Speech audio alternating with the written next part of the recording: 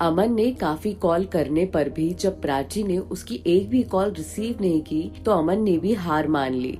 वो समझ गया कि शायद प्राची ना तो उससे बात करना चाहती है और ना ही मिलना चाहती है, और प्राची की ऐसी हरकत को देखकर उसने एक्सेप्ट करना भी शुरू कर दिया कि शायद प्राची सचमुच आरव से ही प्यार करती है और शायद वो आरव के साथ बहुत खुश है, इसीलिए वो अमन की जिंदगी में दखल ना दे तो ही ज्यादा अच्छा होगा। क्योंकि प्राची अगर नहीं चाहती है कि अमन उसकी जिंदगी में रहे तो अमन भी प्राची की उस जिद पर अपनी जिद नहीं अड़ाएगा और प्राची के इसी फैसले को अपना फैसला मानकर वो अपनी जिंदगी में बहुत जल्द आगे बढ़ने का संकल्प ले लेगा। अब तक जितनी मोहब्बत उसे प्राची से थी, अब वही मोहब्बत नफरत में बदलने लगी थी। फिर कहते हैं ना तो मोहब्बत को नफरत में बदलने में वक्त लगता है, ऐसे ही कुछ इनके साथ होने वाला था। आरव और रूही ने लगातार 2 दिन तक अपनी शादी की शॉपिंग की और अब वे तीनों आरव, रूही और प्राची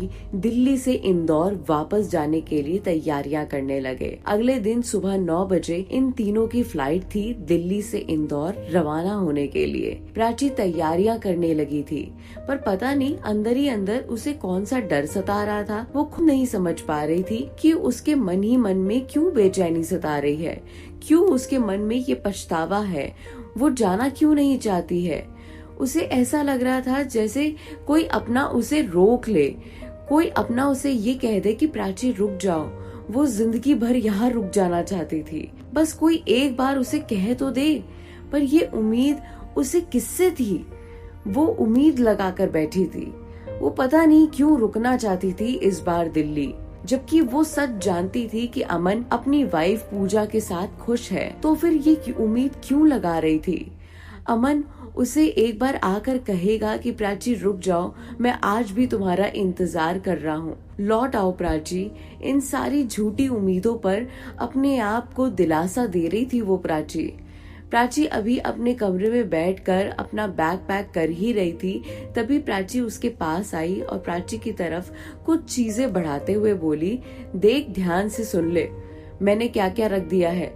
इस वाली डिब्बी में अचार है, इस डिब्बी में तुम्हारे लिए घर के बने हुए लड्डू हैं, और हाँ, मम्मी तुम्हारे लिए घर की बनाई हुई नमकीन भी लाई है, वो भी मैंने रख दी है।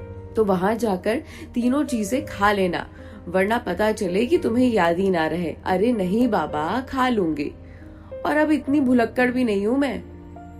हाँ, भुलक्कड़ नहीं है, आप बस अपने पास रखी रहती हैं। तुम यहाँ आई तो एक बार हो, अब अपने घर भी हो आती, मम्मी पापा से मिल लेती।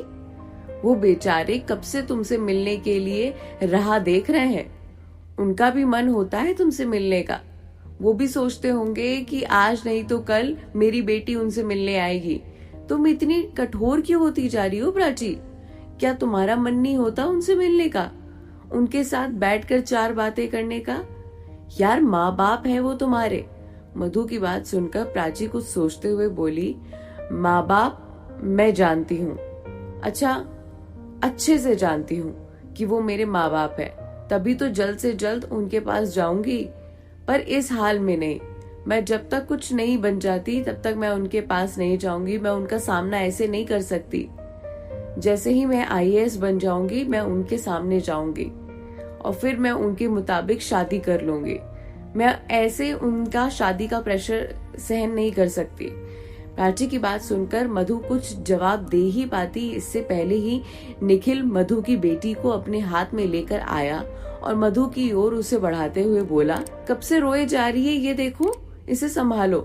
प्राची, तो किसी भी चीज की जरूरत होगी ना तो मैं देख लूंगा। मधु अपनी बेटी को लेकर अपने कमरे की ओर चली गई और निखिल सारा सामान प्राची की ओर बढ़ाकर बोला, प्राची एक बात बतानी थी तुम्हें। हाँ निखिल बोलो ना। अमन का फोन आया था मेरे पास। निखिल संकोच करते हुए बोला, हाँ जानती हूँ, मेरे पास भी आया था, पर मैंने एक बार भी बात नहीं की, ना बात सुनी और ना ही अपनी बात रखी। प्राची, मुझे भी समझ नहीं आ रहा कि वो अमन तुम्हें फोन क्यों कर रहा है। अब क्या चाहिए इसे तुमसे? सब तो लूट चुका है, अब क्या लूटना बाकी है? पता नहीं निखिल, किस्मत मुझसे और क्या लेना चाहती है। खैर ये बताओ कि आरव कहाँ है? काम के रिगार्डिंग उससे कुछ बात करनी थी।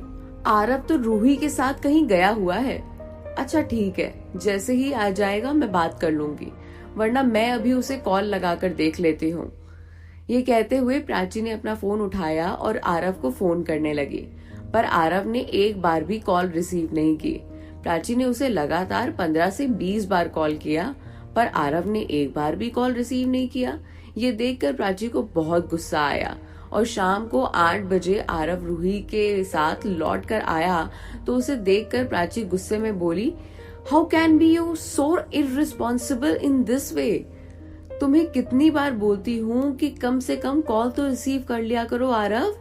कोई पागल होगा जो तुम्हें लगातार 15 से 20 बार कॉल करेगा? कुछ काम ही होगा ना। अरे प्राची, मैंने सच में ध्यान नहीं दिया तुमने कब फोन किया। फोन जेब में था और मैं बिजी था। बताओ क्या काम है? आरव ने बड़े प्यार से हल्की आवाज में जवाब दिया, ओके ठीक है, आइंदा ध्यान रखना और मिस रीटा से बात कर लो, वो बता देंगी कि क्या काम है। प्राची ने इतना कहा और वापस अपने कमरे में जाकर पैकिंग करने लगी। पर रूही को प्राची का ये बर्ताव देखकर काफी गुस्सा आ रहा था। वैसे तो वो प्राची से कभी कुछ नहीं कहती थी, लेकिन प्राची जब भी आरव से चिल्लाकर बात करती थी वो देखकर उसे काफी बुरा लगता था। प्राची पैकिंग करते करते कुछ सोचने लगी। तब उसे रियलाइज हुआ कि उसने आरव से शायद ज्यादा ही बोल दिया और इसी चीज के लिए माफी मांगने के लिए वो आरव के पास जाने लगी। इधर रूही प्राची का बर्ताव देखकर आरव से चिल्लाकर कह रही थी, क्या समझती है प्राची अपने आप को? तुम दोनों पार्टनरशिप में काम करते हो। वो तो ऐसे ऑर्डर मारती है जैसे तुम उसके नौकर हो और वो मालिक। उसे तुमसे ऐसे बात नहीं करनी चाहिए और उसे कोई राइट नहीं है कि वो तुमसे ऐसे बात करे। तुम लोग साथ में काम करते हो, इसका मतलब ये नहीं होता है कि वो तुम्हें सबके सामने बेइज्जत करे। अरे रूही कम ऑन, ऐसा कुछ भी नहीं है। वो बस काम को लेके फ्रस्ट्रेट है। वो मुझ पे चिल्ला नहीं रही थी, वो बस उसका हक है। वो मेरी दोस्त है, काम को लेके परेशान रहती है। वो बहुत अच्छी लड़की है। हाँ समझती हूँ कि वो बहुत अच्छी लड़की है। वो तो तुम्हें कितनी पसंद है ना, तो तुम शादी क्यों नहीं कर लेते उसी से? तुम क्या पागलपंती वाली बातें कर रही हो रूही? लिमिट में रहो, क्या बोले जा रही हो? आरव ने रूही से चिल्लाकर बोला। अब आगे क्या होता है? प्राची के चक्कर में रूही और आरव की भी लड़ाई हो गई।